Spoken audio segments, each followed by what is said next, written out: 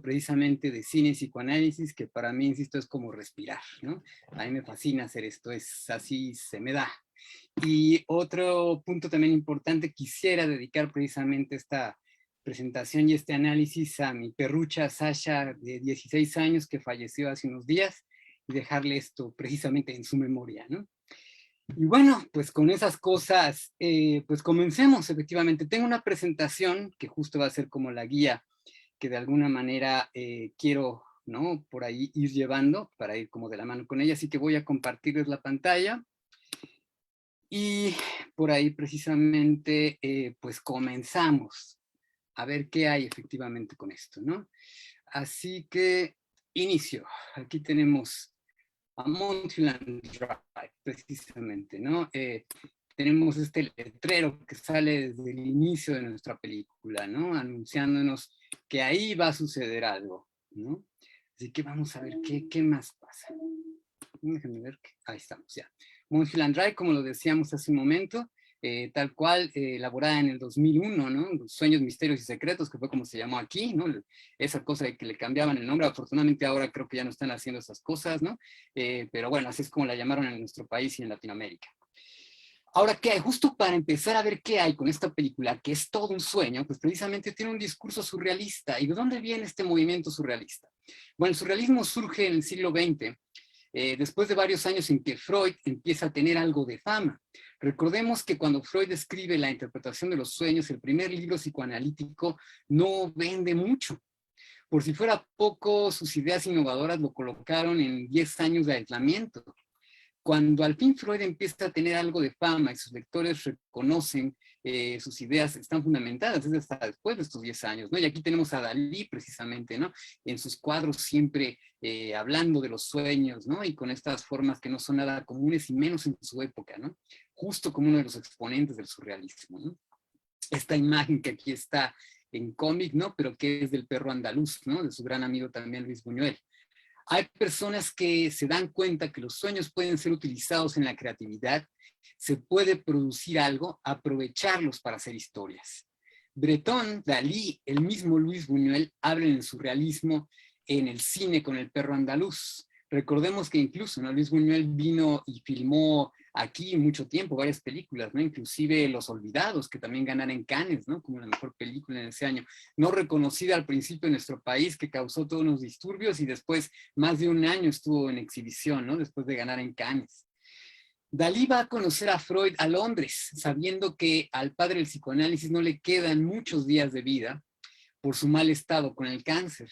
Sabe que pretendía se sabe que pretendía que fuera una visita de una hora. Cuando se encontraron, se llevaron toda la tarde y parte de la noche. Dalí en ese encuentro le realizó un par de bocetos, que son los que tengo aquí precisamente, y vaya que siendo muy respetuoso con Freud, conociendo, ¿no? De alguna forma los trabajos de Dalí, ¿no? Vaya que podemos ver que sí, ahí está Freud, ¿no? Los surrealistas le agradecían a Freud haber abierto las puertas del inconsciente para que ellos pudieran producir arte. Sin embargo, por más simpático que nos parezca, a Freud no le gustaban sus creaciones. Incluso le molestaba que lo ligaran con ellos. Freud era muy cerrado para las cuestiones artísticas. Le gustaba el arte, pero muy al estilo clásico del Renacimiento, quizás hasta más atrás, como con los griegos, ¿no? Los sueños son la vía regia al inconsciente. A Freud le preocupaba que a pacientes que tenían grandes aflicciones psicológicas solo se les recetara baños con agua caliente o paseos. Gracias a Charcot en Francia, Freud encuentra que ese tan grato doctor trabaja con la hipnosis. Freud se asombra, de que las mujeres paralíticas caminen, los ciegos vean y pacientes con temblores eran detenidos solo por la palabra. Está con él 2 años con Charcot. Ya de vuelta en Viena, el doctor Breuer, que estaba aquí a la derecha, está muy de acuerdo con varias de sus investigaciones, incluso con hacer hablar al paciente, cuestionarlo, pero el punto de diferencia es por medio de la hipnosis. Afortunadamente para nosotros, y el comienzo del psicoanálisis, Freud era malo para hipnotizar. Conocemos a un Freud hecho por la cultura en general, con imágenes de él, con la mirada del gran doctor, con todo el saber, imposible de engañar, pero en aquellos días no era Freud el reconocido, apenas empezaba su carrera. Y que aquí justo me atreví yo a poner una imagen de la serie de Netflix de Freud, que pues tiene detalles, ¿no?, de la historia de Freud, pero realmente no es el Freud que nosotros conocemos. Es un Freud que lo ponen a hacer como si fuera Sherlock Holmes, ¿no? Y que bien hubieran podido poner hasta Sócrates haciendo la de Sherlock Holmes, ¿no? Nada que ver, así que no se las recomiendo, sobre todo porque encasillan a Freud justo en eso, en la época de la hipnosis, ¿no? Siendo que de alguna manera eso no se le daba, ¿no? Tan solo basta mirar sus fotos y sabemos que era una persona seria, introvertido. Charcot, a diferencia de Freud, era muy amiguero, casi como su nombre, ¿no? Chacotero, sociable, incluso fiestero. Freud siempre lo vemos en una postura recta y pulcro, ¿no? De ahí no vemos distinto, ¿no? En la actualidad, nuestros pacientes se quejan de la transferencia con los analistas lacanianos, que no responden ni dicen nada. Imaginemos a Freud experimentando en sus primeros años con esa misma postura. No era grato verle tan serio. Por si fuera poco, Breuer era un médico reconocido en Viena, no solo en el contexto judío. Era querido por lo amiguero y cariñoso que era. Una vez más, al inverso de Freud. En pocas palabras, Freud no sabía cómo establecer de entrada una transferencia con sus pacientes. Por eso, cuando encontró que sus histéricas comenzaron a platicarle sus sueños y se dio cuenta de que le traían directamente el inconsciente sin necesidad de la hipnosis, llamó a los sueños la vía regia, pues podía llegar hasta donde quería sin intervenciones hipnóticas. Poco después se dio cuenta que por medio de los sueños el paciente brindaba la posibilidad de interpretación, lo cual no ocurría con la hipnosis, donde la dirección de la sesión estaba por completo dictatorialmente en manos del hipnotizador. No obstante, en los sueños la represión no deja de funcionar, por lo que conscientemente lo que se alcanza a recordar solo es el agente representante de la representación, no la huella anémica original guardada en el inconsciente, representación disfrazada, y por aquí lo podemos ver, ¿no? Cómo de alguna manera las huellas némicas llegan hasta el otro lado donde tenemos estas líneas del inconsciente, pero ya regresan, ¿no? Después en esta cuestión de la motilidad deformadas, ¿no? Disfrazadas, diría Freud, ¿no? Para que algo esté en el consciente, primero debe guardarse como memoria en el inconsciente y después de varias resignificaciones, el sujeto logra encontrar la significación adecuada para cada situación. Pero entre consciente e inconsciente también está el preconsciente, por lo que no solo hay una aduana que disfraza el material del sueño. Son dos, dice Freud, los sellos, por los que debe pasar el material del sueño, gracias a los cuales se deforma en cada aduana y ya no es el material con el que se elaboró en un principio. Aquí lo vemos, ¿no? Tenemos el consciente, está tal cual el preconsciente, el inconsciente y otra vez, ¿no? Hasta el otro lado de la izquierda están las huellas némicas, ¿no? Donde se forma esa memoria y regresan, ¿no? Ya deformadas. Aquí encontramos la primera analogía con Mulholland Drive. Tienen la misma estructura, una lógica que parece ilógica, porque el material está reprimido, está investido de muchas defensas, tantas que el mismo Freud dice que los sueños son una alucinación. Sin embargo, gracias al trabajo de la desfiguración en los sueños, Freud nos expresa que los sueños, parezcan lo que parezcan, tienen su lógica. Lógica en el trabajo del sueño se llama condensación y desplazamiento. Y aquí justo esta escena en un momento más la estaré interpretando, ¿no? Pero buenísima esa cuestión de este teatro del silencio, ¿no? Bueno, ¿qué hay con Freud precisamente, ¿no? En el desplazamiento y para Lacan en la metonimia, ¿no? Desde la lingüística. Esto es uno de los trabajos del sueño, que es la suma de varias cosas que aparecen en el sueño. Representaciones que se van agregando, conjunto de representaciones similares, una analogía. Los desplazamientos tienen una interpretación casi inmediata. Ahora vamos a ver qué pasa. Para Freud con la condensación y para Lacan en la metáfora. Es como en la poesía. La significación no está a la ligera. Hay personas que aunque no sepan de poesía, al escuchar algunas se conmueven. Son sueños en los que la elaboración es tanta, el trabajo del sueño es mayor, por lo que no encontramos ni pies ni cabeza. pareciera que no hay de dónde encontrar una línea que nos plantee una lógica, como el discurso de Mulholland Drive, precisamente. Y aquí tenemos un cómic de David Lynch, precisamente, ¿no? Ahí con este pelo, porque había ocasiones en las que sí se peinaba, sí, señor. En la clínica, este discurso se regresa al paciente. ¿Usted soñó esto y lo angustia? ¿Qué es lo que le angustia de esto? ¿Qué se le ocurre? Por tanto, en mucho, la significación de nuestra película la tiene David Lynch, el director y guionista de la cinta.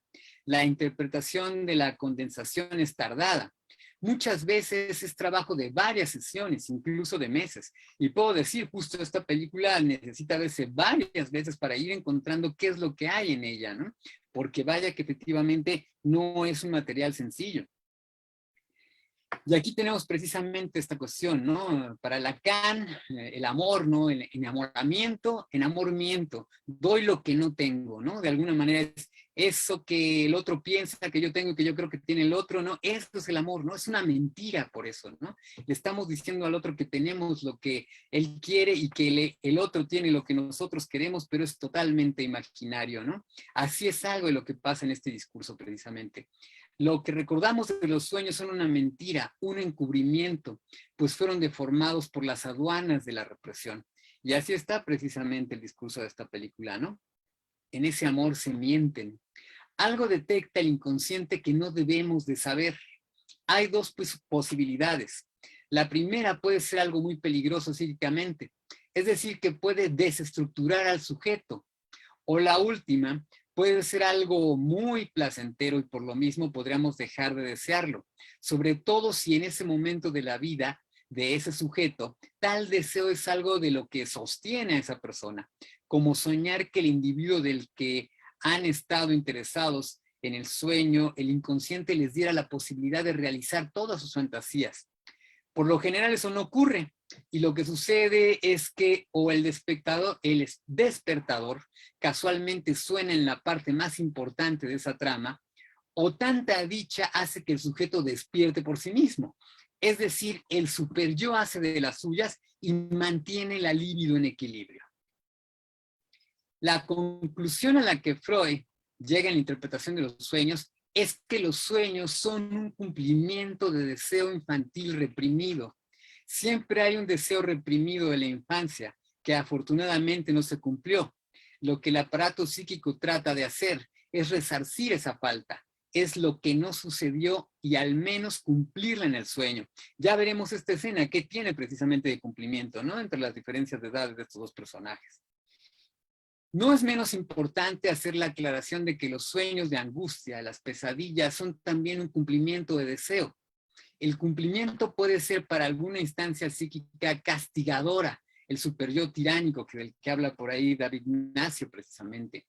Algo en los últimos días han hecho que el inconsciente del sujeto, la culpa lo tenga oprimido, a un nivel en que en sus sueños es perseguido por monstruos, por persona o personajes que más odia, y que por lo general despierta espantado, incómodo, y al intentar dormir de nuevo aparece el insomnio, un castigo más aún mayor, ¿no? Y aquí vemos las escenas en que encontramos a nuestro personaje, ¿no? Primero llamada Betty, ¿no? De alguna forma ahí en su cama, ¿no? Donde ahí va a terminar precisamente, ¿no? También los sueños de accidentes, por lo general muy recurrentes, que han sucedido en la realidad y que por lo impactante para el sujeto, por el tamaño de la magnitud energética que esa crisis lo ha hecho pasar, es difícil y costoso realizar que el paciente aleje esos sueños, ¿no? Son repetitivos, ¿no? La obra de la interpretación de los sueños son 2 tomos. Es un enorme trabajo de investigación, teorización y clínica. En esta obra es donde Freud encuentra los actos fallidos, las formaciones del inconsciente para Lacan. Y no solo eso, ¿no? Muchísimas otras cosas. Lapsus aquí tenemos. ¿Cuáles son las otras formaciones del inconsciente, además de los sueños, ¿no? Todos los errores, todos los equívocos, los cuales tienen una significación, diría Freud, que únicamente tiene que ver con la historia de la persona que los produce. Por lo mismo dan cuenta del deseo de esa persona. Los sueños, ya lo dijimos, los lapsus lingües, es decir, una palabra por otra, los olvidos, Los chistes, ¿no? El cambio de sentido. El sinsentido es el que hace la magia del chiste. El cumplimiento de deseo nos hace reír. Si se trata de alguien que se convierta en la comidilla esa tarde, todos estarán felices con el chiste, menos esa persona. En un chiste siempre la intención es burlarse de alguien o de algo. Una de las satisfacciones más humanas es rebajar al otro a nada. El chiste elabora ese cumplimiento de deseo. Y aquí tenemos este chiste, ¿no? Bien freudiano, ¿no? ¿Quién escribió en la pizarra sexo 75 veces? Y todos voltean a ver a Freud, ¿no? Y Freud hasta atrás, ¿no? Trastrabarse, ¿no? Un desplazamiento de palabras, tratar de decir quizá 3 cosas, ¿no? Al mismo tiempo. Hay ocasiones en que el paciente crea una especie de neologismos por tratar de decir varias cosas en el mismo instante. Es un tema que Lacan estudia con Saussure en la lingüística, pues el suizo propone que no se pueden decir 2 cosas o más al mismo tiempo, pues el lenguaje es lineal, capaz de solo llevar un sentido a la vez.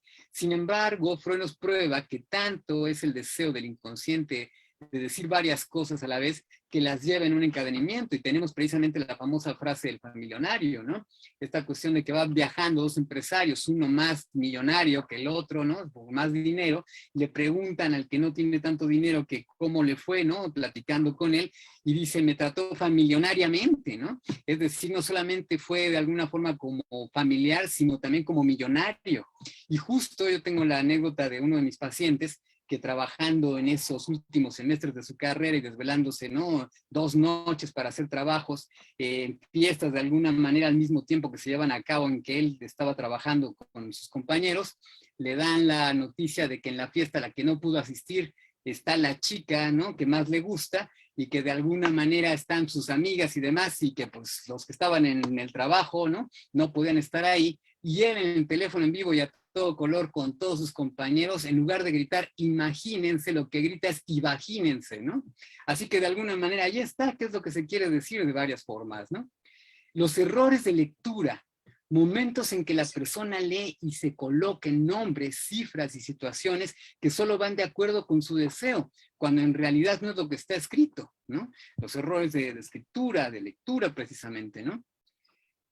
En Lacan, las formaciones del inconsciente surgen cuando aparece el sujeto del inconsciente. ¿Y eso qué quiere decir? Que el sujeto del inconsciente se aparece cuando el analizante se equivoca. Lacan dice que se aparece, ¿no? El sujeto del inconsciente porque nadie los invita, simplemente llega, ¿no? Donde el lenguaje tiene un equívoco, algo de la represión falla y el deseo se hace presente. Las formaciones del inconsciente no son traiciones del inconsciente, como coloquialmente se cree.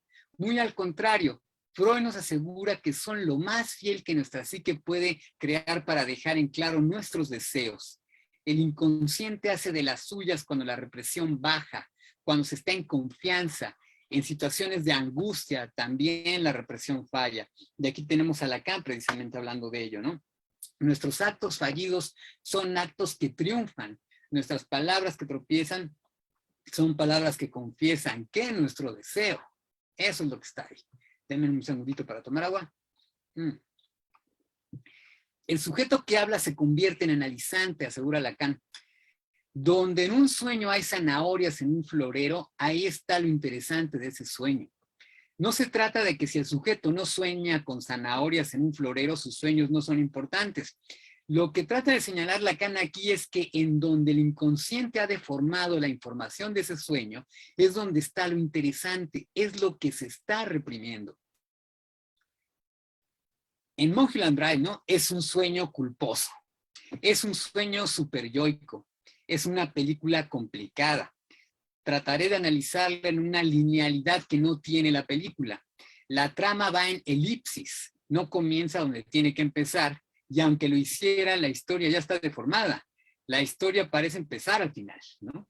Tenemos esta escena que es con lo que empieza, pero es interesante porque este baile es el baile en donde nuestra actriz, ¿no? Haciéndola de Betty al principio de la película, nos asegura que ganó su concurso de baile y que de ahí se fue precisamente a la actuación, ¿no?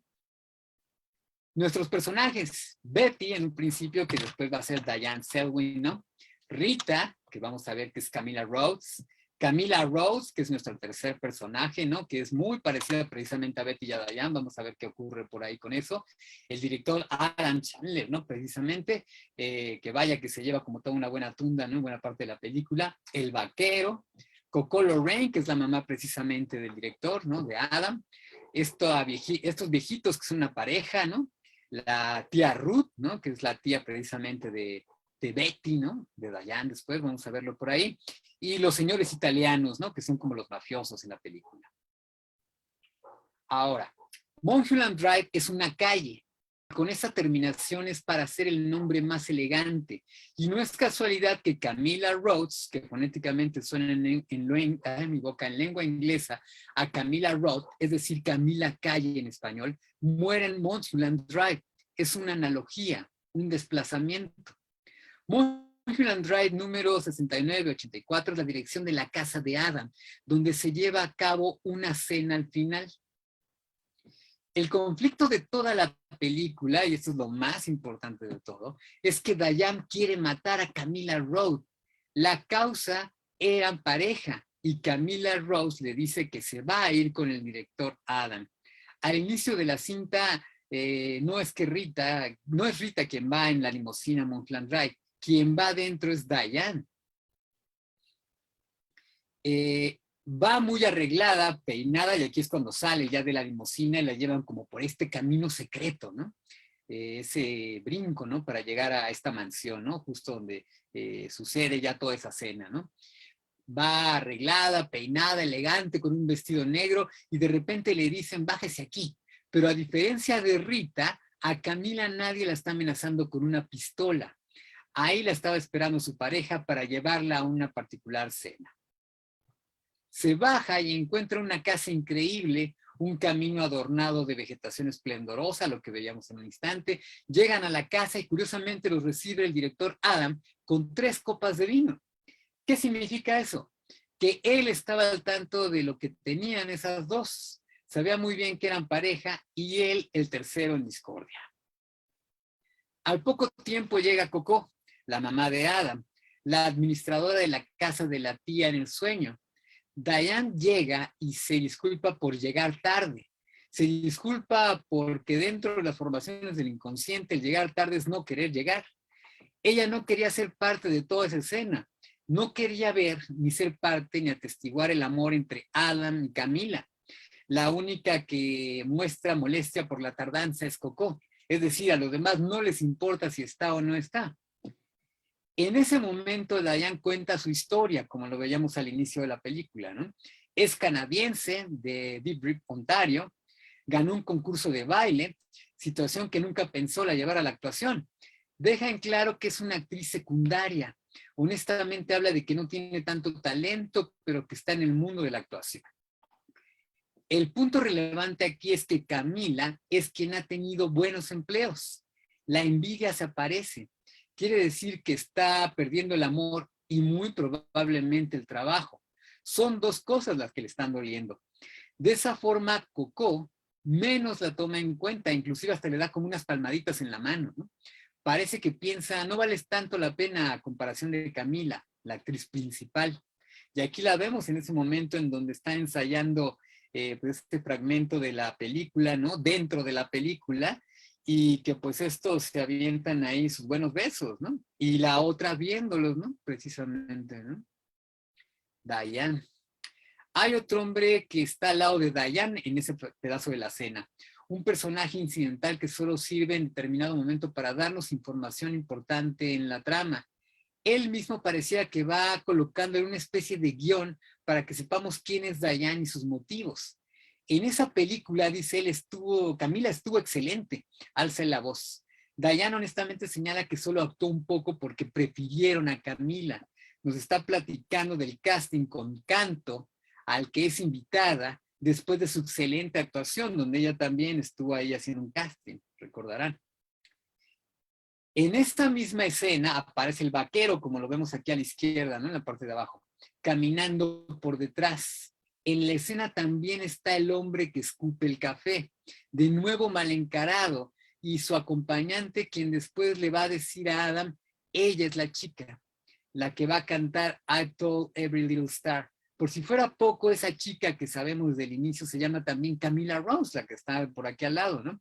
Llega a besar a la original Camila Rhodes, otro desplazamiento. Casualmente, ¿a quién pone Diana a besar a Camila? Pues a ella misma, disfrazada de Camila, con ese desplazamiento del pelo, ¿no? Rubio de alguna manera. Si se fijan, hay muchos personajes con las idénticas facciones de ella, ¿no? Con el peinado corto, rubio, es decir, ella tiene un narcisismo que se aparece por varios lugares, y qué mejor que poner, ¿no? A su pareja Camila Rhodes besándose con ella misma, ¿no? Aquí el punto es, ¿y quién es ella? Es la que le mete unos besotes, como la acabamos de ver descaradamente, sin que nadie haga nada. Y ella es la única que se queda con su gran coraje.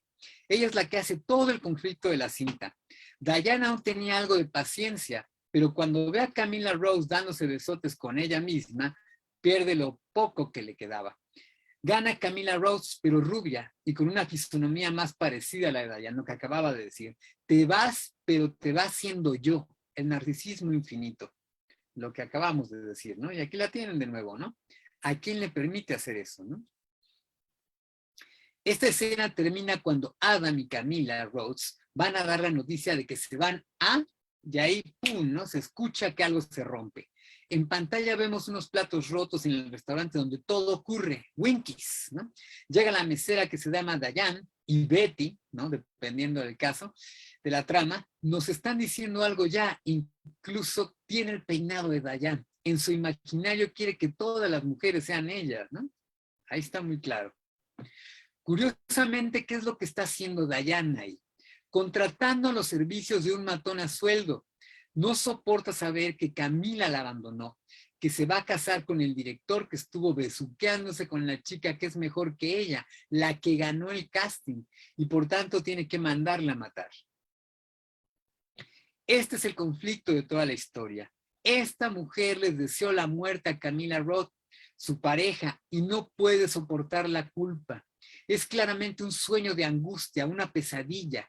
No podemos decir que la haya mandado matar en la vida real, pero cuando en los sueños se manda matar a alguien, la culpa hace sus estragos, como si hubiera sido verdad.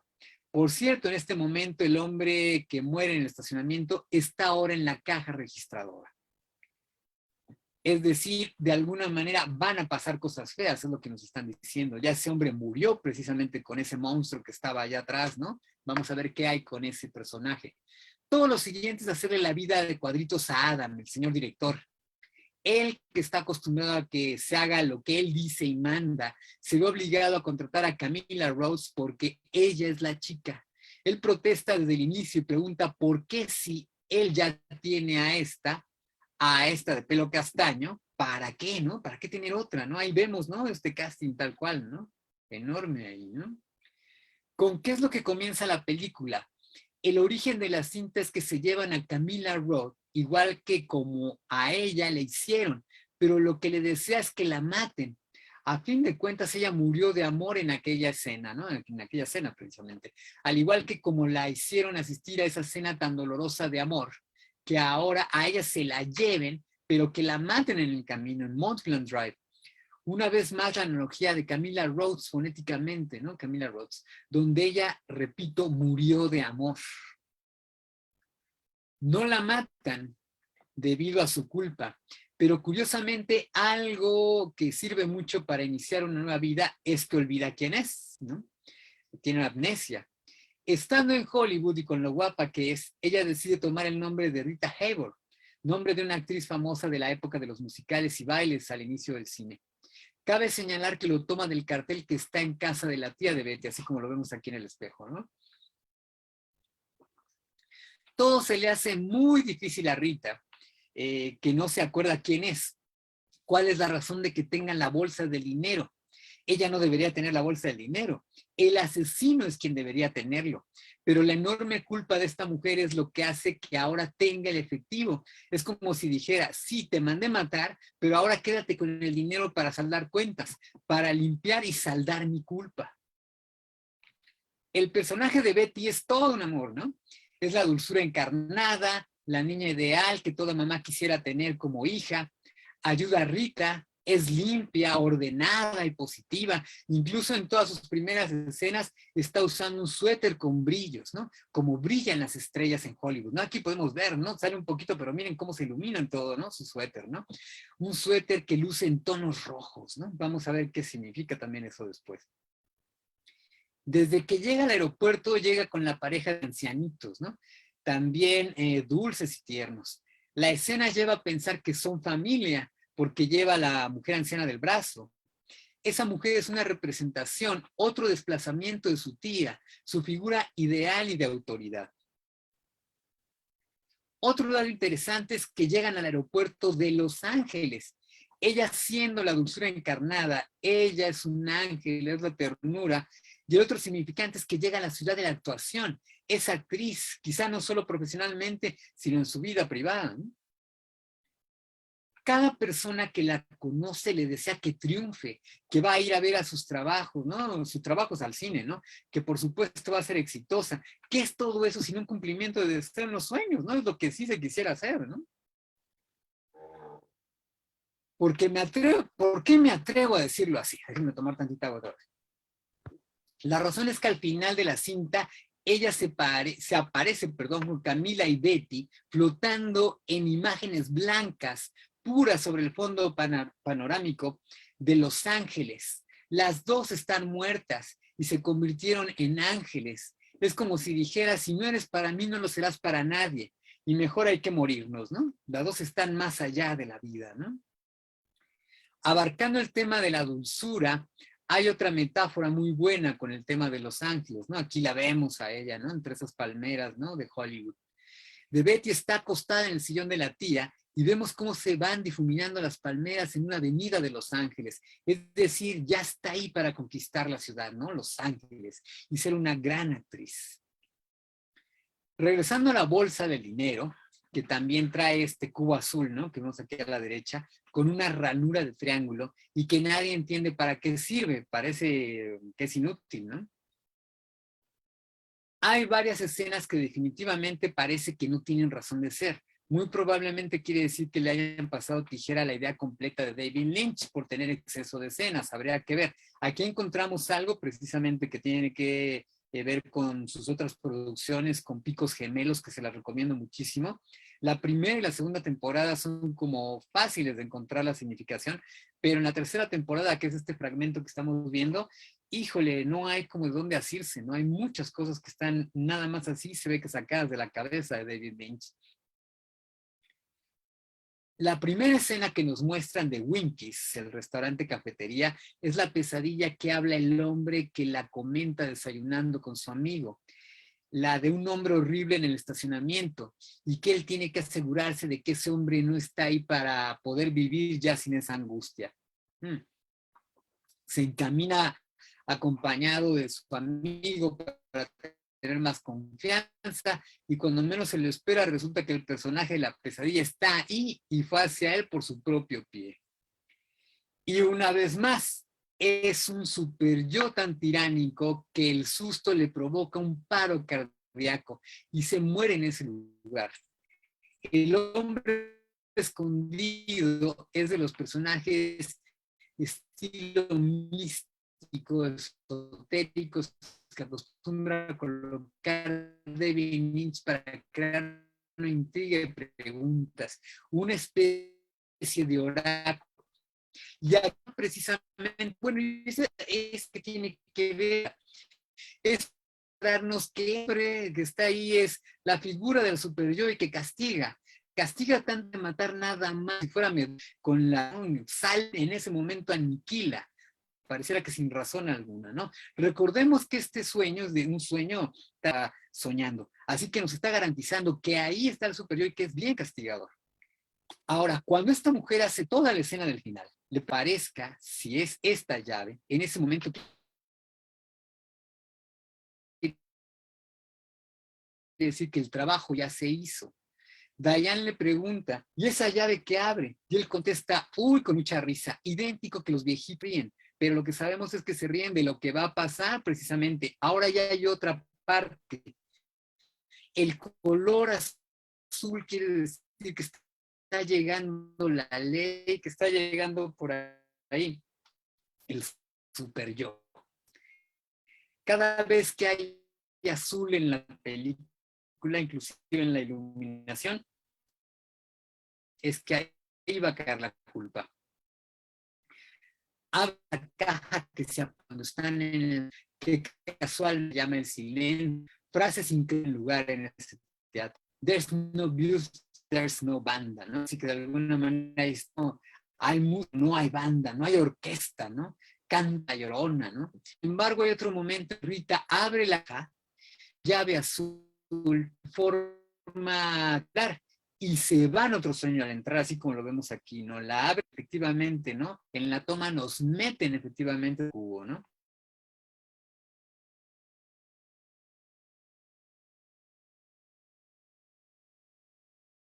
Colocar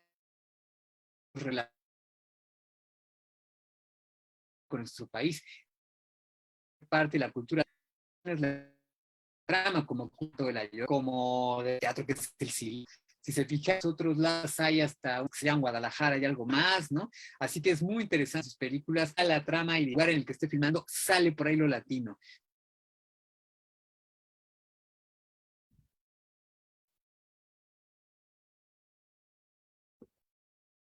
Híjole, parece que perdimos un poquito la señal con el maestro Mauricio. Esperemos que ahorita vuelva a conectarse. Vamos a esperar un momentito.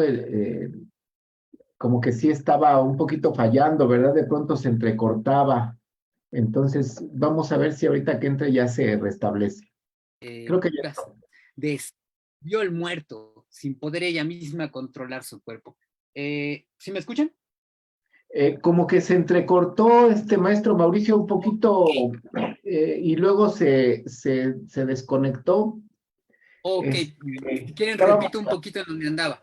nos quedamos en la parte donde hablaba de la Llorona y Perfecto. esa parte. Ajá.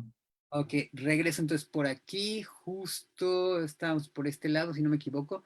Que estábamos, déjenme ver por aquí, debe ser en esto del teatro, ¿no? Me imagino. Estábamos por aquí, que justo es esta parte, sí, de lo latino que les hablaba. Y había puesto, bueno, puso esta imagen porque también, como lo hacen muchas veces en sus producciones David Lynch, aquí coloca a las actrices que son las mujeres que son asesinadas en Picos Gemelos, Laura Palmer, que es la primera, después René Polanski, que forman parte del público que está asistiendo a este teatro del silencio, ¿no? Entonces también ahí trae el mismo como los recuerdos de sus otras producciones. Y aquí, bueno, tenemos efectivamente a nuestra actriz, ¿no? Teniendo como este ataque, una especie de ataque epiléptico, ¿no? Hay otro Sí, momento que es importante. A Mauricio, Dayan le da por... perdón, Sí, Mauricio, perdón, no ajá. estamos viendo la pantalla. Se me hace que se suspendió la función de compartir pantalla. Ok, voy a ponerle entonces una disculpa.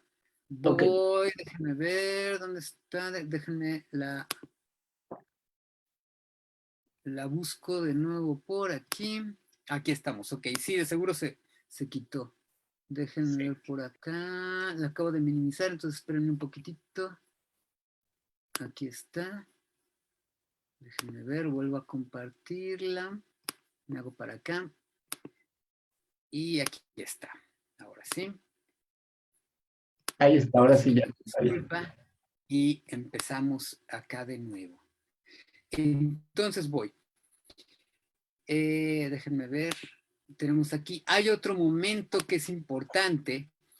A Dayan le da por temblar, parece tener el inicio de un ataque epiléptico. Sin embargo, parece más bien un ataque de miedo, de espanto.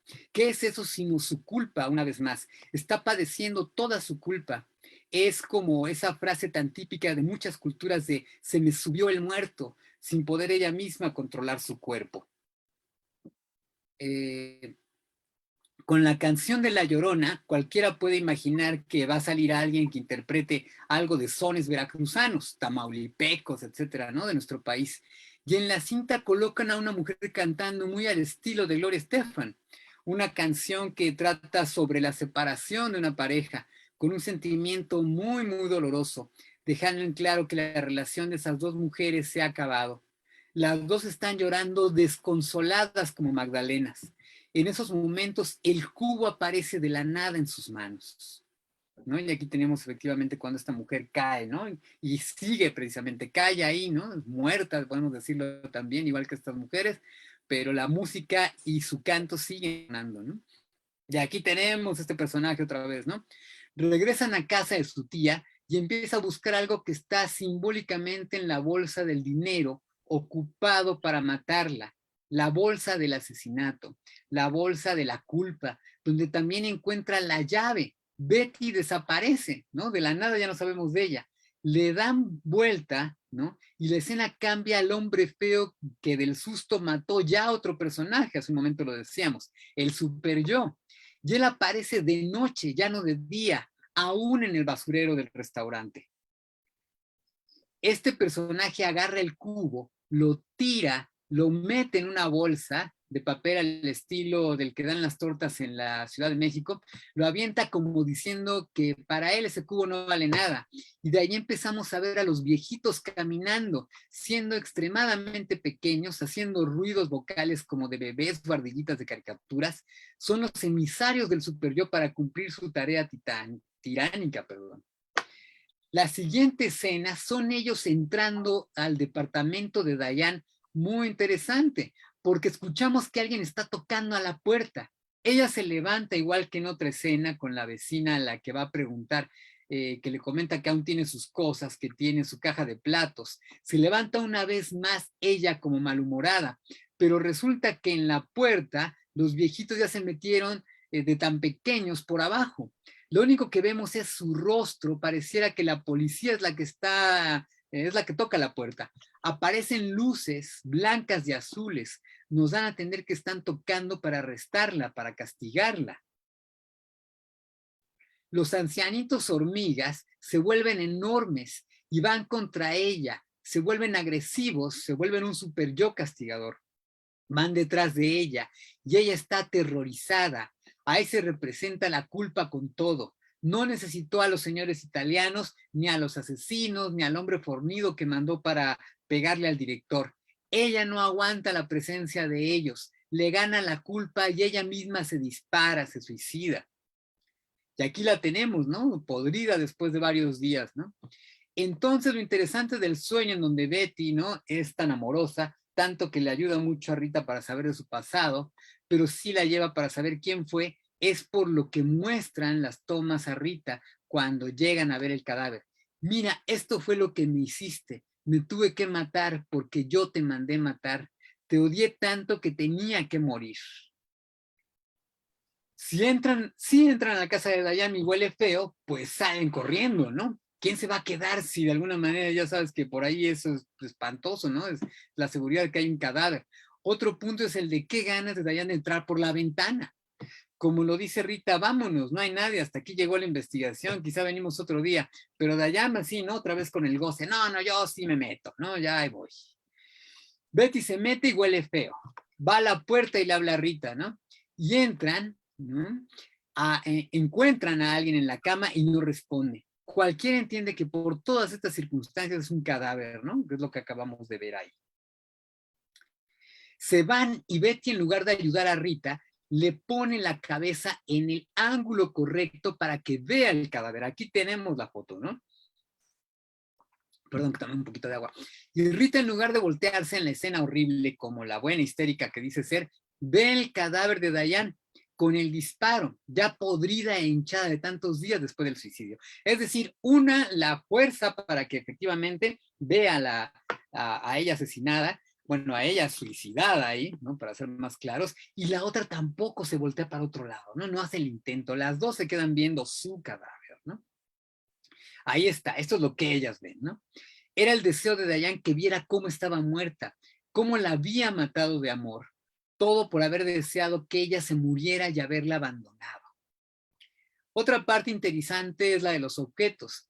Si se fijan las tazas, así estén en Winkies o en cualquier otro lugar, son las mismas. Diane tiene un cenicero que es un piano. Ese piano, según es el cenicero de la vecina. Y está en cuadro cuando precisamente Rita le dice a Camila que ya no van a andar, que ahí se termina todo, ¿no? Es decir, mucho antes de la otra escena cuando la vecina va por ese cenicero. La escena en que las dos vuelven a tener relaciones es cuando una y otra al inicio de la película dejan de ser ellas. Ambas en ese momento son desconocidas. Ese es el deseo que ojalá pudieran olvidarse de quiénes son y pudieran de nuevo regresar. Muy al estilo de Eterno Resplandor de una mente sin recuerdos, ¿no? Precisamente de Michel Gondry, ¿no? Se desconocen uno al otro y vuelven, ¿no? A andar ahí. Otra escena, que de alguna manera también, ¿no? Parece como fuera de toda lógica, es la primera ocasión en donde aparece el asesino y mata a este hombre que contó el chisme por un cuaderno de teléfonos, ¿no? La historia de Hollywood en números telefónicos. La secuencia se vuelve una comedia de enredos, cuando todo podía ser tan sencillo. Mata al primero, y al hacerlo le dispara a la vecina, después al que le hacía la limpieza en el piso, a la máquina limpiadora y se hace un incendio, ¿no? La razón de ser de esta trama es para presentarnos al asesino no como alguien peligroso, sino como un bufón. E inclusive de alguna manera y siguiendo esta culpa que le da Diane por haber andado a matar, ¿no? Es tan tonto que a lo mejor no la mata, ¿no? Adam engañándolo con el que limpia la alberca. Y en otro momento él cuenta la anécdota de cómo en chiste, ¿no? En la fiesta donde se declara su matrimonio. Si él se queda con la piscina y la casa, por decir que no acepta el trato de los italianos, recordemos, por no elegir a la actriz que ellos le imponen, tiene el peor día de su vida. Le va terrible, le quitan la película, le quitan la actriz, la esposa, el amante lo golpea, le pinta la serie elegante de negro, queda mancha, cuentas bancarias, le cierran los estudios donde produce que sea, ¿no? De hacer todo eso en un solo día. Solamente un super yo castigador en un sueño de angustia. Es todo lo que esta mujer quisiera hacerle a Adam, es lo que Diane quisiera hacerle, ¿no? Quitarle todo ese poder. Diane le desea tanto mal que hasta uno de los italianos le escupe en su cara, aunque probó uno de los mejores expresos de todo el mundo. Que le queden claro que trata con mafiosos, que o se aplica o le va a seguir escupiendo. Y aquí vemos esta asquerosidad de este hombre, ¿no? De alguna manera, alguien a quien no le gusta algo y lo quiere escupir, pues se pone esa, ¿cómo decirlo?, ¿no? Servilleta de tela en la boca, ¿no? No nos muestra todo lo que escupe, es para dejar en claro lo asqueroso de la situación, ¿no? Aún y con todo ellos son emisarios, llevan el mandato del enanito que está en su cápsula y al fin de cuentas ese mandato es el de Diane, así se ve ella de chiquita, ¿no? Le llaman por teléfono y le dicen lo mismo. Todos estos personajes son para crear una intriga de suspenso, algo al estilo del cine negro, donde la acción sucede a escondidas y de mala manera. Incluso en esta escena es uno, el hombre que llega a dar las noticias, que vemos que llega canoso, y otro que está reflejado en el cristal, como lo vemos aquí mucho más joven. El personaje del vaquero es otro carácter que David Lynch repite en muchas de sus películas. Otro oráculo que efectivamente es inexpresivo, no le importan los sentimientos del otro y también tiene un mensaje que dar. Puede provocar cosas buenas o malas. Es un personaje incidental, aparece muy poco, pero su participación es muy importante.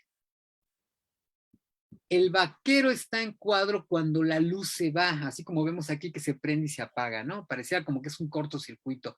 Un momento muy típico de David Lynch, que ha elegido para que actúen sus personajes esotéricos, quienes son los que provocan esos cortocircuitos, rayos y explosiones en los cables, postes y generadores eléctricos. En otras producciones, los espíritus malos se transportan por la luz cuando hay esos cortocircuitos en sus historias. Se sabe que va a ocurrir una tragedia. Déjenme tomar un poquito de agua. En Mulholland Drive, el personaje del vaquero es una especie de mensajero y negociador que sirve para hacerle saber a Adam que o se aplica al mandato o va a tener peores días. Trata de ser un hombre respetuoso, pero muy irónico al hacerle ver que sabe muy bien en dónde estaba oculto. Le dice perdón por hacerlo salir de su tan bonito hotel del centro, como si hubiera estado tan bonito, ¿no? Una vez más, el super yo lo ve y lo sabe todo. También el deseo de Diane. Por más que te escondas, te voy a encontrar. Sabemos que Diane mete al vaquero en la historia porque este personaje se aparece cuando las dos Camillas Rose se dan un beso. Cuando la rubia se va, pasa el vaquero en la parte de atrás saliendo de la casa. Así es como son nuestros sueños también. En el sueño de Betty, Adam se enamora de ella. La situación es que está audicionando a la de pelo oscuro, que tiene más actitudes que la que tiene que escoger, e incluso con tanta producción que hasta llega con coristas, ¿no? Las dos canciones son buenísimas, hablan de un amor apasionado, inmenso y eterno. Betty llega cuando está cantando la primera, se alcanzan a ver ella y Adam, y es un flechazo a primera vista. Se va y Adam pone cara de no supe ni su nombre, ¿no? Dejándola ir, pues tiene que finalmente señalar a Camilla Rose, a esta chica que vemos enfrente, como la chica, ¿no? Hay otra escena en la que vemos a Betty hacer un casting en dos tiempos, ¿no? Primero en un ensayo, ¿no? Muy forzado, y cuando lo realiza en el casting, ¿no? Recomendada por su tía. Toda la escena cambia, se vuelven los diálogos más íntimos, nos enteramos que es un amorío con un hombre mayor, el mejor amigo de su padre, del que la joven personaje está enamorada y no puede romper con él. Escena donde Betty en verdad actúa como actriz e incluso es felicitada por todos los presentes, como ya lo dijimos, otro gran cumplimiento de deseo, ¿no? La escena del casting con el hombre mayor es la fantasía de andar con el mejor amigo de su padre, muy posiblemente un desplazamiento en el que disfraza el deseo por su padre, uno de los temas tabús de nuestra cultura. Todo esto nos dice que Diane no es una perita en dulce. La escena nos muestra la clase de relaciones que le gustan a Diane, edípicas, conflictivas y problemáticas, como la del final con Camilla Rose. Otra escena que nos confirma el carácter de Diane es cuando por fin Camila se va de su casa, se queda mirando la chimenea en tomas borrosas que vibran, de repente comienza a masturbarse, nos dice, ¿qué nos dice esa escena? Que Diane es una mujer caprichosa, que no sabe soportar la frustración. No es ese ángel que nos quiere vender en su segunda historia, como cuando lo observamos saliendo del aeropuerto a su llegada a Los Ángeles, o al llegar al departamento de su tía, aunque se ve muy tierna con un suéter rojo pastel con brillitos, ¿no? Lo que decíamos hace rato, y aquí se alcanzan a ver algo de esos brillitos, ¿no? Es un demonio disfrazada de cordero, lista para ahora ella ser la primera estrella. Le ha borrado la memoria a Camila y ahora ella puede tomar su lugar. Otro punto importante, la película comienza con un baile y en ese baile quienes aparecen son los mismos que la acompañan al final. Betty con los abuelitos, con los viejitos. Es el baile del cual platica que ganó en su tierra, Deep Drive, Ontario, Canadá, ¿no? La despedida de los viejitos en el aeropuerto es exagerada, sobreactuada. En la siguiente escena de ellos en su taxi, van tan frenéticos de alegría que parece que algo más va a suceder, algo como un accidente, pero no termina pasando nada. Se ríen porque saben que le va a pasar a Betty, porque ellos sí saben que le va a pasar. Le caerá el superior tiránico con todo su castigo. Ahora, igual que la del asesino bufón, ¿no? Se están riendo igual precisamente que cuando el asesino le muestra la llave y ella pregunta que para qué sirve, ¿no? ¿Qué va a pasar entonces, no? El cubo azul al abrirse deja salir la culpa. Analogía a la caja de Pandora, que deja escapar los peores males del mundo, quedando atrapada solo la esperanza. Con David Lynch se desata la culpa del superior tiránico. No hay ninguna esperanza y mucho menos piedad. Recordemos la histeria. Cuando la culpa se encarna, es un castigo que se padece en el cuerpo. La ley simbólica debe aparecer para que no sea un castigo excesivo. Un momentito, por favor. Debe tener un límite. Pero de nuevo, la histeria es un buen ejemplo de lo que es el autocastigo severo. No por casualidad la llave se aparece. La vemos en pantalla cuando no hay ya otra forma de arreglar la trama. Recuerden que ella misma pregunta ¿para qué sirve esta llave? Y el asesino se ríe a carcajadas, risa que pareciera decir Deja que te enteres y la gran culpa que te va a dar. Que abre a estos viejitos que se fueron carcajeando también de Betty. En la actuación se dice que los personajes encarnan la historia. Aquí los viejitos encarnan el superyo y sus castigos. Cuando Dayan platica de su tía, explica cuánto la quería, que era mayor, que hasta le heredó el departamento y otras cosas. Es decir, la tía está muerta, que en el inconsciente es preferible mandarla de viaje.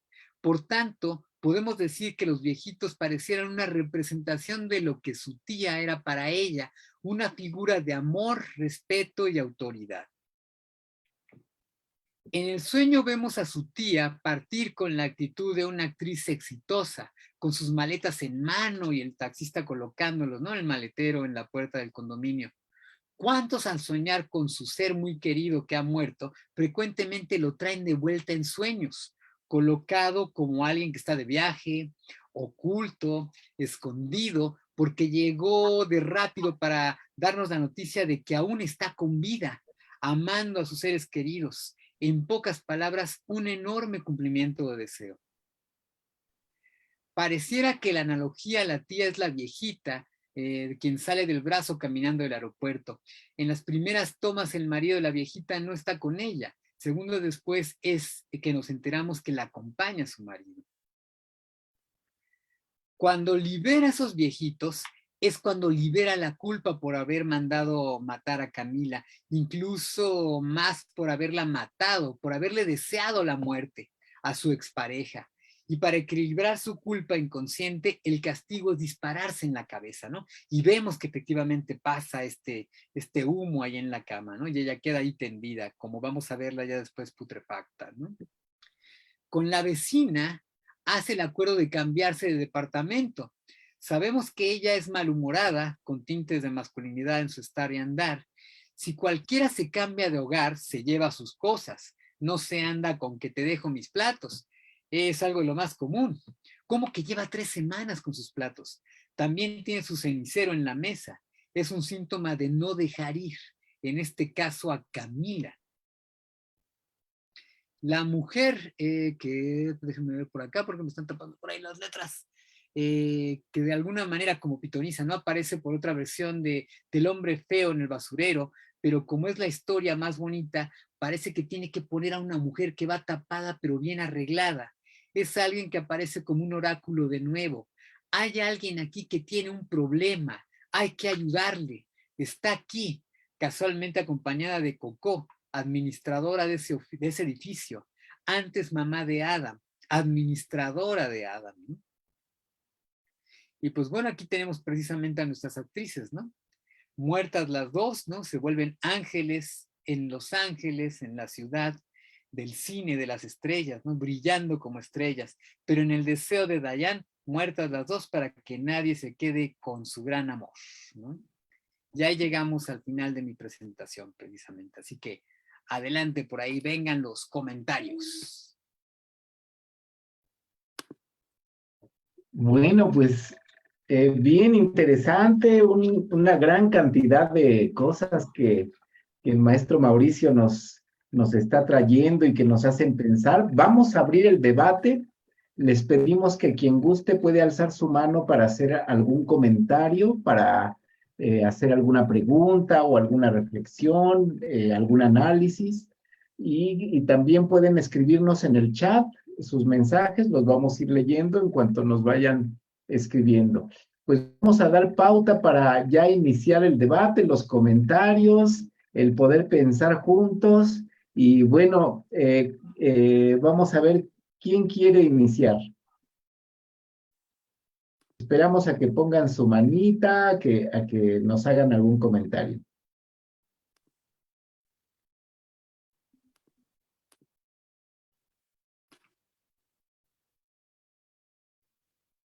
Bueno, aquí Eduardo no nos dice que, es que sí, realmente nos dice Eduardo, no pensé que tuviera tantos elementos esta película, ¿no? Eduardo también se sorprende porque efectivamente son cantidad de simbolismos, Sí. ¿no? Precisamente como el sueño, ¿no? Sí, Mauricio, no sé si le quieres comentar algo a Eduardo sobre esta parte. Sí, que es muy interesante, ¿no? Precisamente porque cuando vemos una película, ¿no? De que, digamos, que está dentro de lo que sería como la corriente surrealista y nos queda bien en claro con David Lynch, en la primera vez decimos, ¿qué es esto? O sea, se ve interesante, hay una trama que por ahí, ¿no? Está como significando muchas cosas, pero lo interesante es que rara vez, ¿no? Y a mí es lo que me encanta, le encontramos la significación en la primera. ¿No? Es rarísimo. Hay muchísimas cosas, justo como le están diciendo, que están representadas simbólicamente, que hasta después de varias, si no es que muchas veces de verla, entonces encontramos que hay ahí.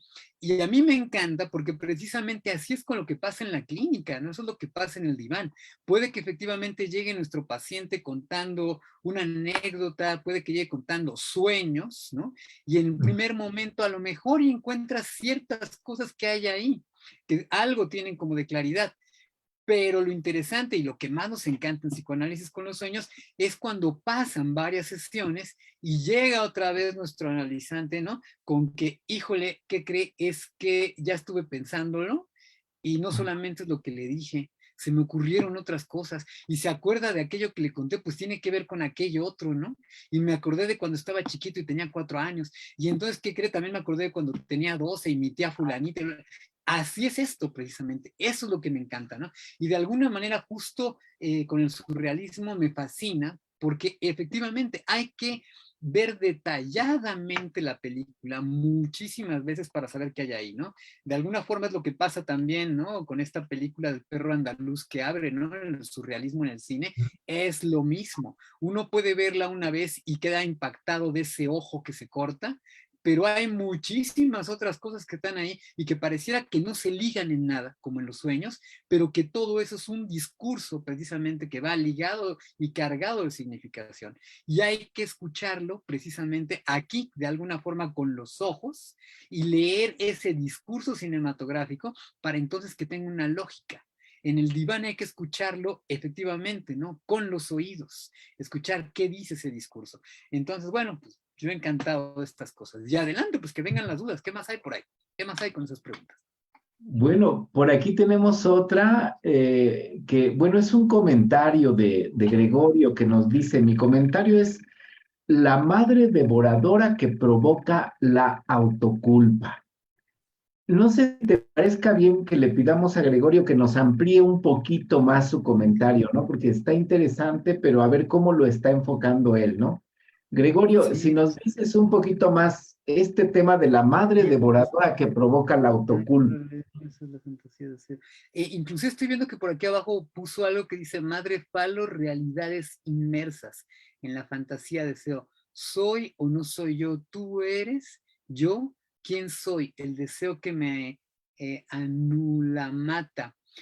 Aunque por el discurso que manejas, Gregorio, si no me equivoco, esto suena como muy a la psicosis, ¿no? Efectivamente, esa madre que no deja como que haya una separación, sino que está efectivamente reteniendo ahí el deseo y a ese niño como si fuera objeto, ¿no? Y de alguna manera podemos decir que aquí pasa algo así, no como en la forma de una psicosis, sino a manera de tú no te vas de aquí, como más bien lo decíamos a manera de un berrinche, ¿no? No me puedo separar de ti, no te vas a ir, entonces te asesino. Pero efectivamente te asesino y en mi sueño, entonces de alguna manera me causa un montonal de culpa y tengo que cumplir con la ley. ¿Cuál es la ley? Y que sea esa nos vamos, que sea justicia. ¿Y cuál es la justicia? Que yo también deje de existir, ¿no? Eso es lo que de alguna manera está pasando por acá. Más bien lo que encontramos, más que una madre devoradora acá, es la culpa, un superior tiránico que está haciendo añicos, ¿no? A esta soñante por haberle deseado a su pareja que se muriera y mandarla a matar. No es que le haya deseado que se muriera, por mandarla a matar, por desearle esa muerte, ¿no? Por desearle ser asesinada por su propio dinero. Eso es lo que está ahí, ¿no? Así que bueno, por ahí espero que haya quedado como un poquito más claro. Adelante. Creo que hay otra por acá, ¿no? En la escena de... Hay, Adelante, adelante, sí, adelante. hay una antes de Gerardo, ¿no? Que nos está preguntando, dice, entonces la única escena real de Betty es la de la mansión cuando es invitada, el resto son una serie de sueños. Por ahí podríamos decir más o menos. Eso es de alguna manera lo que nos da como el pie a lo que pasó. Pero a fin de cuentas también podemos decir, está dentro del discurso onírico. Entonces, como todos los sueños, habrá una parte que sí tendrá que ver con lo que ha sucedido, pero otra parte pues bien fantasiosa, ¿no? Y si se fijan, pasan cosas así, o sea, ella llega tarde, ¿no? Llega tarde porque no quiere estar, ¿no? En esta cena. Y en lugar de que estos que van a declararse su amor se incomoden, quien se incomoda es la suegra, ¿para qué se incomoda? ¿No? O sea, vaya, que también no le importa. Entonces ahí hay una formación del inconsciente, ¿no? Eso está negando eso ¿qué tiene que ver? Y después de alguna manera esto que si la cena es para que ellos se declaren, ¿no? Como pareja y declaren su matrimonio, ¿qué tiene que andar diciendo Diane?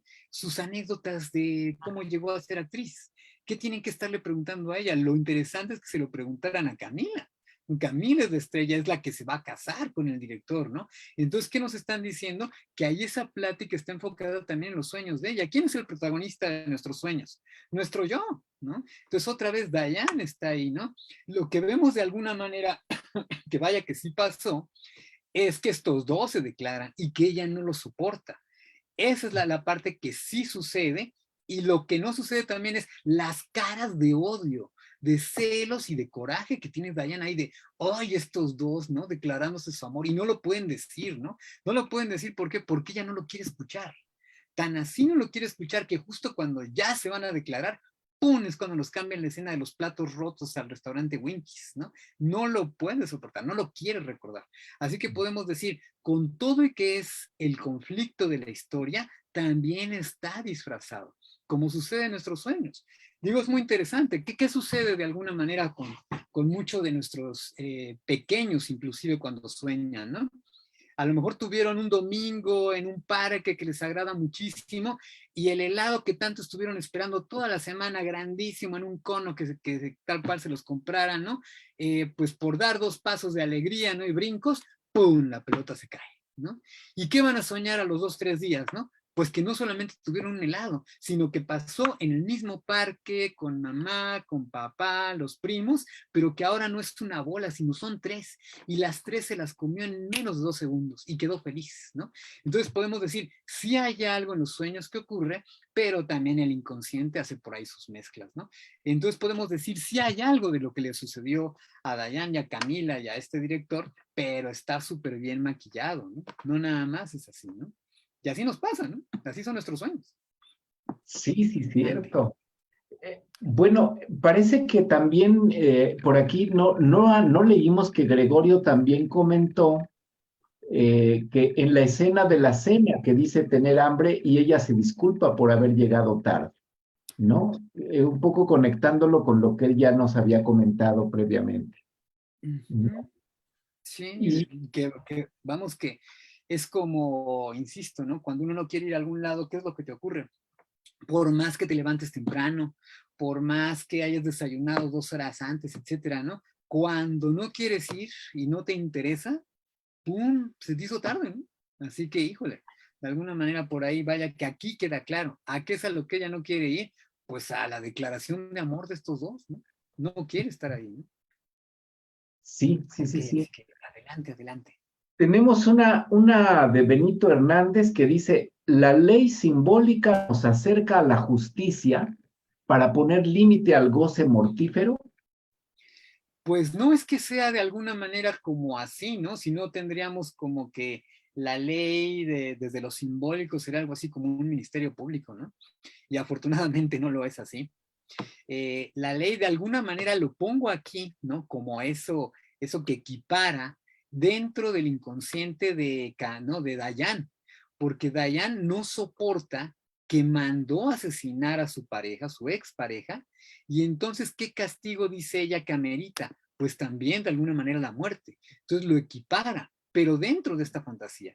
De alguna manera, digámoslo así, lo simbólico y la ley que Lacan habla como el registro simbólico es donde se guardan las tradiciones, la cultura, el conocimiento, ¿no? Y que de alguna manera justo eso es lo que hace que de alguna manera estemos en convivencia social sin agredirnos unos a otros y sepamos qué hacer justo cuando hay momentos de crisis, ¿no? Que sepamos de alguna manera cómo convivir con los otros, cómo transmitirles también, ¿no? De alguna manera herramientas para que logren salir de cualquier momento difícil, ¿no? Es saber de alguna manera respetar al otro. Esto de lo que yo hablo aquí, ¿no? De una ley que fuera justicia, es para Dayan y lo que ella hizo en su culpa. Ella siente que de alguna manera merece ese castigo porque al amor de su vida lo mandó a asesinar. Eso es lo que ella está pasando, ¿no? Así que adelante. Sí, pues bueno, aquí es que la película está genial en muchos sentidos porque se presta para meternos al mundo de lo subjetivo, Sí, de los movimientos psíquicos, de sus leyes, ¿no? Del sueño, de los simbolismos, ¿no?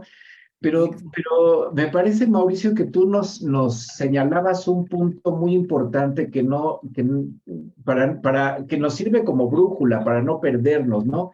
Ese punto es, recuerden que esta película la produce, de alguna manera el guión es escrito por David Lynch. por David, sí, Y tal cual. solo él tiene, nos decía, Exactamente la ¿no? interpretación, ¿no? Ahí Sí, sería muy porque bueno, efectivamente, ¿no? no, porque esto nos pone en ruta de entonces de pensar que efectivamente el realismo, que era justo en la pintura, era representar la realidad tal y como está, ¿no? Poderte confiar en que lo que percibimos es exactamente lo real, y el surrealismo viene a romper con esto, ¿no? Sí, efectivamente, sí, sí, Viene a sí. decir, las cosas no son como creemos, y además lo que cuenta aquí es justamente el pensamiento y los sentimientos y el interior del autor. Cuando plasma una obra, está plasmándose a sí mismo, pero disfrazado, enredado, ¿no? Todo eso que está dentro. Entonces, en realidad podríamos Ujú. decir que, Sí, sí, sí.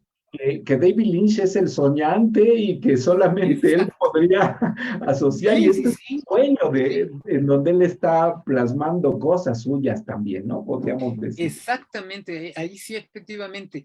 Yo lo digo como entre líneas, pero ese es el mensaje precisamente, David, que nosotros podemos hacer como que muchas hipótesis, pero quien tendría la palabra final de esto, si este fuera un discurso que se pronuncia en el diván, sería precisamente ese analizante que sería David Lynch, ¿no?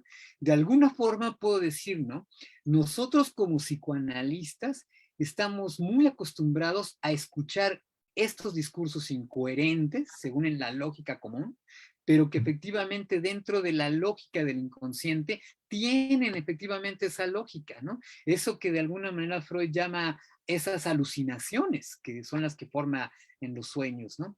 Entonces, ahí hay dos cosas. Uno, la herramienta que de alguna manera inclusive, ¿no? Ya que traemos por acá esas cuestiones del realismo, ¿no? Y me hace recordar precisamente hasta Dostoyevsky, ¿no? Me acuerdo mucho de esta lectura de El jugador, ¿no? Donde este hombre, justo por meterse en las cuestiones de querer conquistar a la hija de un adinerado, ¿no? Se va al casino y hace muchísimas cosas y nos muestra la desesperación de él, la desesperación del pueblo ruso sin dinero, la desesperación de estos hombres que tienen muchísimo dinero y quieren más, ¿no?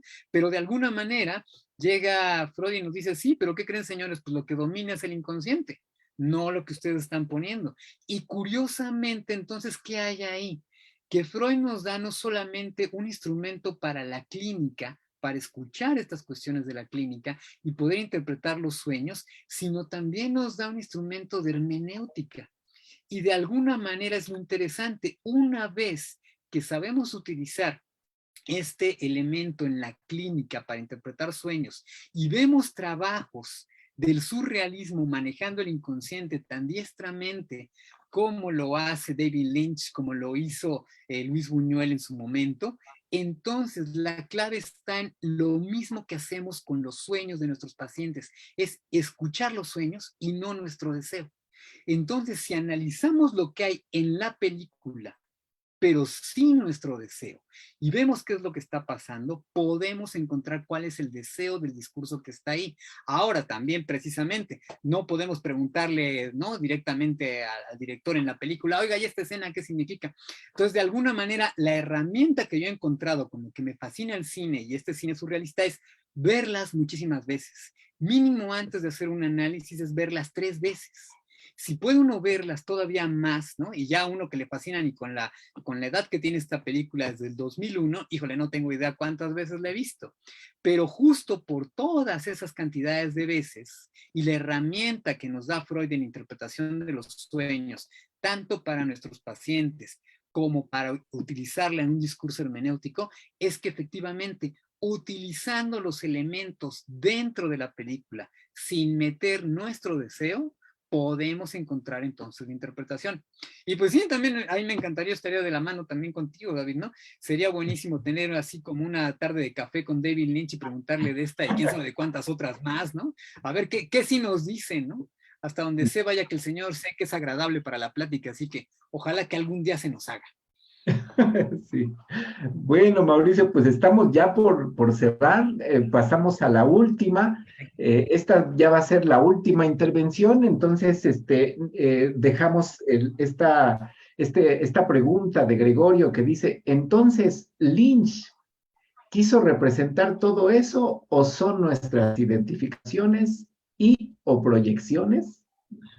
De alguna forma podemos decir, es el discurso de él, tal cual como lo hemos dicho. Esto es tal cual lo que inclusive puedo decir, hay en internet por ahí los tutoriales de masterclass de él, y él inclusive señala que para poder hacer una película hay que tener alrededor de 70 o 80 ideas que se puedan ligar. Entonces, que sin eso no se puede crear una película. Entonces, ¿qué nos está diciendo? Que si de él son estas 80, 70 mínimo ideas, por supuesto que está su inconscientote y está su deseo ahí. Pero lo interesante es que también hay otra regla que tiene el surrealismo, que es provocar, proyectar, efectivamente. Entonces, ves una escena de estas, ¿no? Y está saliendo tu historia ahí. Es inevitable que lo hagas. Ese es el primer deseo del surrealismo, es que uno exprese qué es lo que está ahí, que uno termine de completar la obra. Pero justo cuando uno hace esos análisis, uno se da cuenta que lo que quiere es que uno ponga también su deseo ahí, que ponga su historia. Pero el punto es que si uno quiere interpretar la obra, tiene que dejar eso de lado. Igual que en un análisis. Para ser analista, ¿qué se necesita? Saber de tu historia y dejarlo de lado. Entonces no es tan fácil analizar una película surrealista. ¿Por qué? Porque el mandato del surrealismo es proyéctese usted, diga qué siente, a ver, expréselo, ¿no? Que le provoque algo, que no le sea indiferente. Entonces, bien duro. Puedo decirlo de alguna forma, igual que como es el camino de un analista, para poder encontrar qué hay en una producción surrealista, hay que saber dejar el deseo de uno fuera de esto y ver qué es lo que hay en la pantalla. Y eso está bien difícil, no se hace así nada más. Así que adelante. Es verdad, no, pues qué interesante, ha sido una tardecita sumamente provechosa, me parece que hemos aprendido Sí, mucho. encantadora, hombre. Y de todas maneras, pues recordemos esto, ¿no? El cineanálisis precisamente nos hace ver que en la pantalla terminamos viendo muchas cosas que no solamente se proyectan en la película, sino que nosotros proyectamos en esas Sí, escenas porque nos identificamos de alguna es manera, ¿no? inevitable. Está aquello. Pero como dice el maestro Mauricio, y hoy se pudo ver, hay algunos elementos que si hacemos a un lado todas esas cosas están muy presentes y por supuesto que los pudimos identificar, ¿no? La culpa, la presencia del super yo, de diferentes formas, etcétera, ¿no? Sí, muy interesante, ¿no? Realmente ha sido una tardecita bien grata. Maestro Mauricio, ¿con qué quisieras cerrar? ¿Alguna frase, alguna cosa que tú quisieras decir para concluir? ¿Algo que te pareciera como que amarra un poquito o que transmita algo que tú quisieras dejar en claro para ir Eh, cerrando ya? Ok, antes que nada, pues muchísimas gracias, ¿no? De nuevo por darme esta oportunidad. Siempre insisto, ¿no? Hacer estas participaciones en Ipsin es todo un gran placer, es todo un honor, ¿no? Y yo creo que de alguna forma yo cerraría pues con la interpretación de los sueños, a fin de cuentas, de Freud, ¿no? Que es el libro que abre el psicoanálisis, es mi libro favorito, puedo decir, no solamente de Freud, es mi libro favorito. ¿Por qué? Porque de alguna manera ahí declara Freud que, ¿qué es el psicoanálisis, no? Es un cumplimiento de deseo sexual infantil reprimido. Cuando logramos entender qué significan estas últimas palabras que acabo de decir desde Freud, entonces ahí ya se está en el psicoanálisis. Ya te hizo clic el psicoanálisis, ¿no? Y tienes la oportunidad de hablar de ti mismo, de tu historia, como lo decía el mismo Freud desde los griegos, ¿no? Desde las palabras que estaban en aquel oráculo, ¿no? De Delfos, ¿no? Conócete a ti mismo. Entonces, efectivamente, ahí está. ¿Qué es esto? Saber de tu inconsciente, atreverte a decir, sí, esa represión que está ahí es de la que tengo que hablar, y hasta que no sepa de mis demonios, la vida va a ser un malestar enorme, ¿no? Así que yo lo dejaría por ahí. Justo el cine surrealista es algo que nos lleva a esto, a saber de nosotros mismos. Así que les diría, éntrenle, es bien divertido, adelante.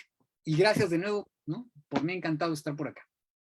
Excelente, bueno, pues le damos un fuerte aplauso al maestro Hombre, Mauricio. Ha también sido a ustedes, hombre. Gracias por estar aquí. una película fascinante y un comentario excelente. Quiero reconocer Muchas que ha gracias. sido se notó la preparación del tema con tanto esmero y seguramente mucho trabajo detrás. Y agradecemos porque nos llevamos mucho de esta tarde gracias a este esfuerzo del maestro Mauricio. Los dejo con Karen, que ella nos quiere decir algo. Adelante, Karen, te escuchamos. Hola, ¿qué tal? Buenas noches a todos. Un gusto tenerlos aquí. Doctor Mauricio, buenas noches. Muchísimas gracias por tan interesante comentario. Le agradecemos enormemente que continúe con nosotros aquí participando en esta ocasión en el cineanálisis. Y pues nosotros nos da un placer en el instituto de seguir teniendo este espacio para todos aquellos quienes les gusta participar en estos eventos. Nosotros les aperturamos este espacio. Y pues bien, en el cineanálisis hoy 30 de septiembre nos comentó el doctor Mauricio Agustín Porras en un horario de 17 a 20 horas y queremos hacerle la entrega de una constancia por tan interesante participación en esta película y el Instituto Psicoanalítico Nezahualcóyotl Sociedad Civil otorga la presente constancia al doctor Mauricio Agustín Porras Gómez por su participación como comentarista en el cineanálisis de la película Bulohan Drive, realizado en Ciudad Nezahualcóyotl, Estado de México, el 30 de septiembre del 2022. Maestro Mauricio, muchísimas gracias por su participación. Le mandamos un fuerte abrazo. Muchísimas gracias a todos por estar aquí. Muchas gracias. Yo los dejo con mi compañero Aldo, que tiene algo que comentarles. Muchísimas gracias. Gracias, Karen, a ustedes.